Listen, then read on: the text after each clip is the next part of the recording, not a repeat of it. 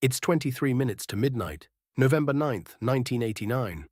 You are standing inside the steel-framed booth at the Bornholmer Straße crossing, your right hand resting on the lever that raises the boom gate, and you are listening to the rain hit the roof. On the other side of the gate, between the railway bridge and the line of streetlights, there are 20,000 people. Most of them are silent now. Some are crying. Some are pressed so tightly against the barrier that you can hear the metal flex. Behind you, a man in a wet uniform, your duty officer, Oberstleutnant Harald Jäger, lowers a black backlight telephone, picks up the public address microphone, and says 5 words you will remember for the rest of your life. Wir fluten, Tor auf. We're opening the floodgates. Raise the gate. You pull the lever. The boom rises.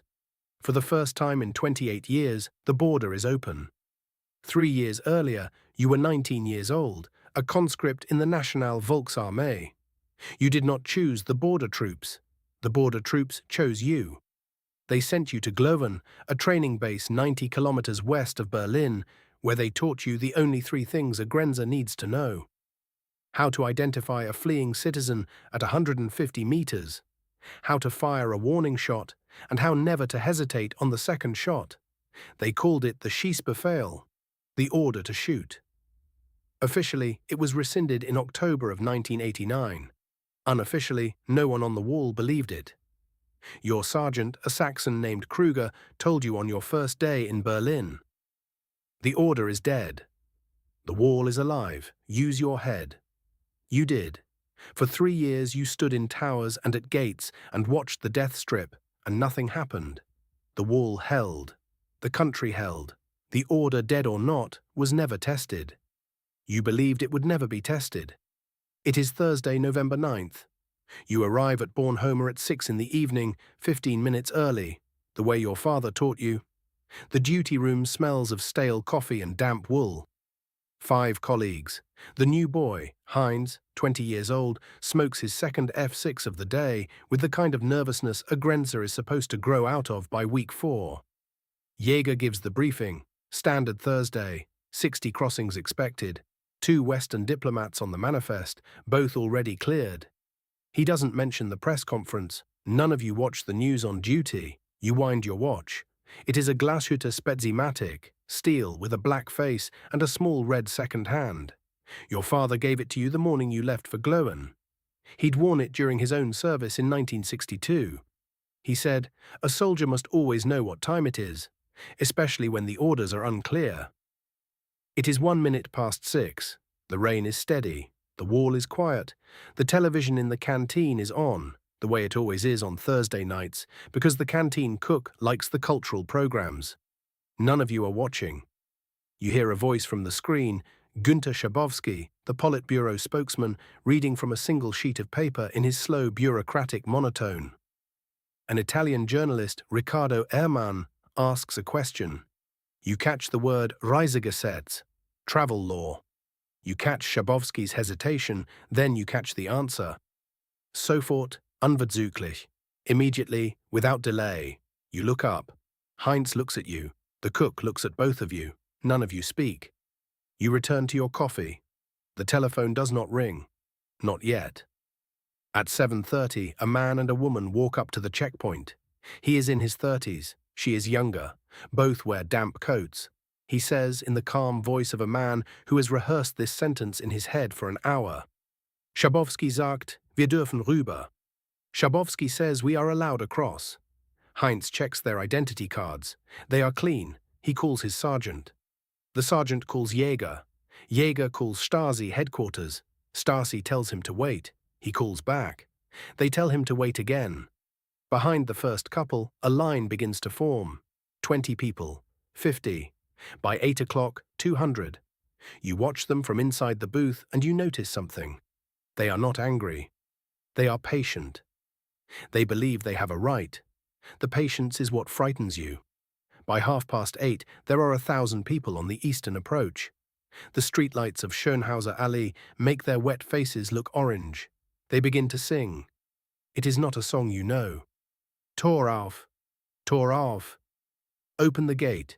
You are holding your AK-74 with both gloved hands, the muzzle pointed down. The magazine is full. The safety is on. Your finger is not on the trigger and you make a small decision, the kind that lives below the threshold of conscious thought.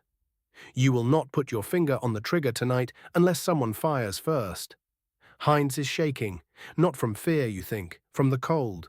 Then you look at his face, and you understand that you were wrong about the cold. In the booth, Jäger lifts the telephone for the fourth time. For 90 minutes, the phone calls go nowhere. Jäger reaches General Heller.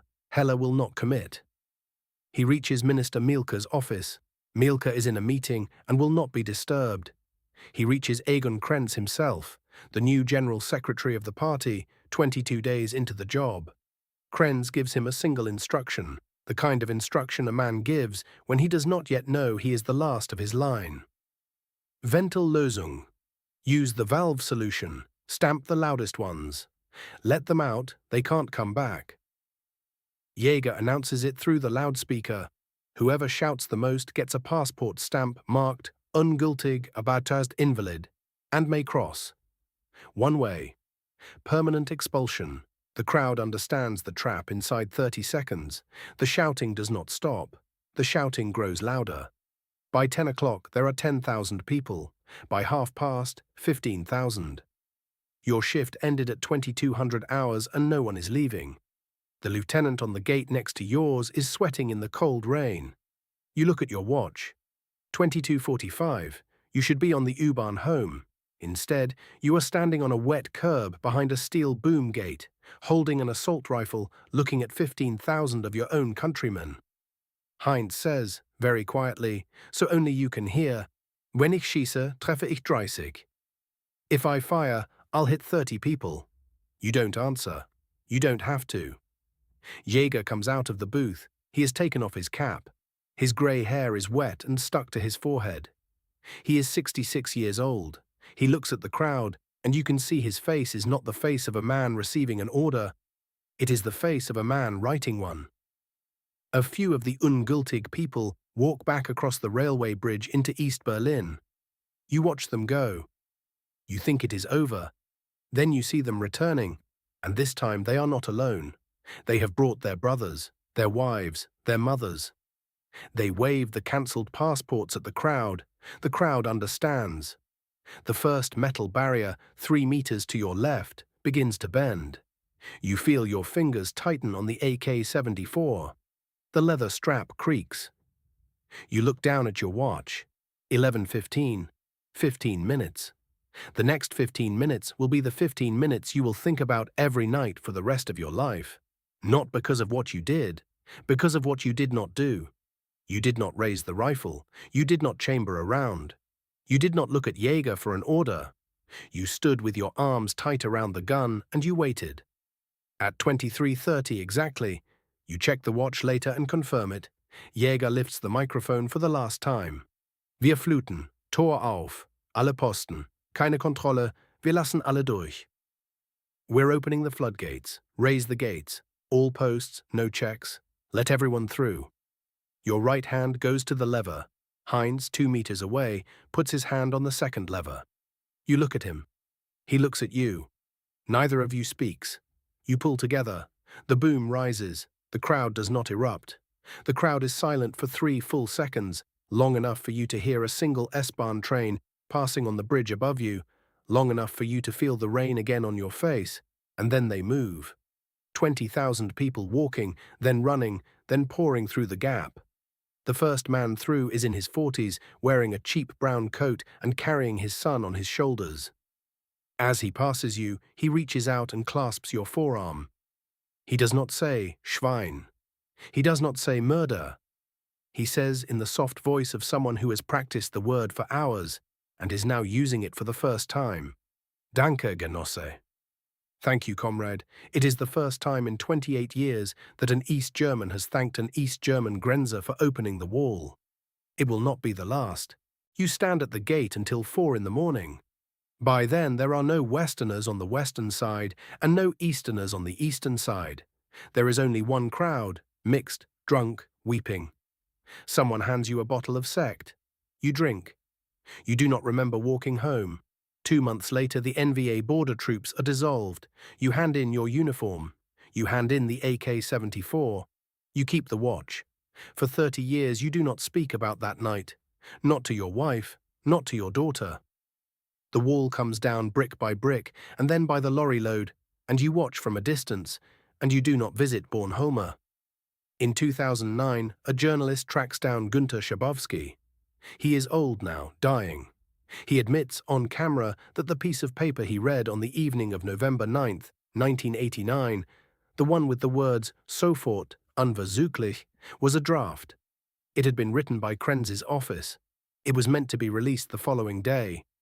It was meant to include a clause requiring visas, applications, queues, the slow bureaucratic ritual the GDR had perfected over 40 years.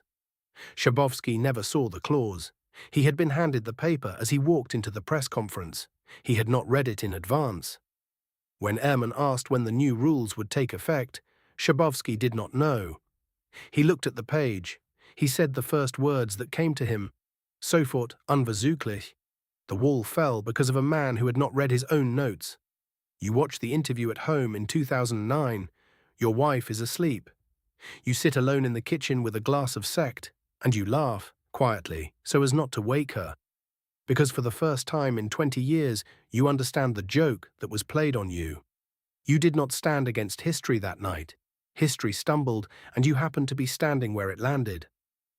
10 years after that, in the autumn of 2019, your granddaughter, she is 13. She wears a yellow raincoat. She does not yet know what the GDR was. Finds your old service watch in a wooden box in the attic. The crystal is dusty. The hands have stopped. She brings it down to the kitchen and asks you what it is. You look at the watch. The hands are stopped at 23:30. You say, "It's the watch I was wearing the night the wall came down." She asks, "What were you doing?"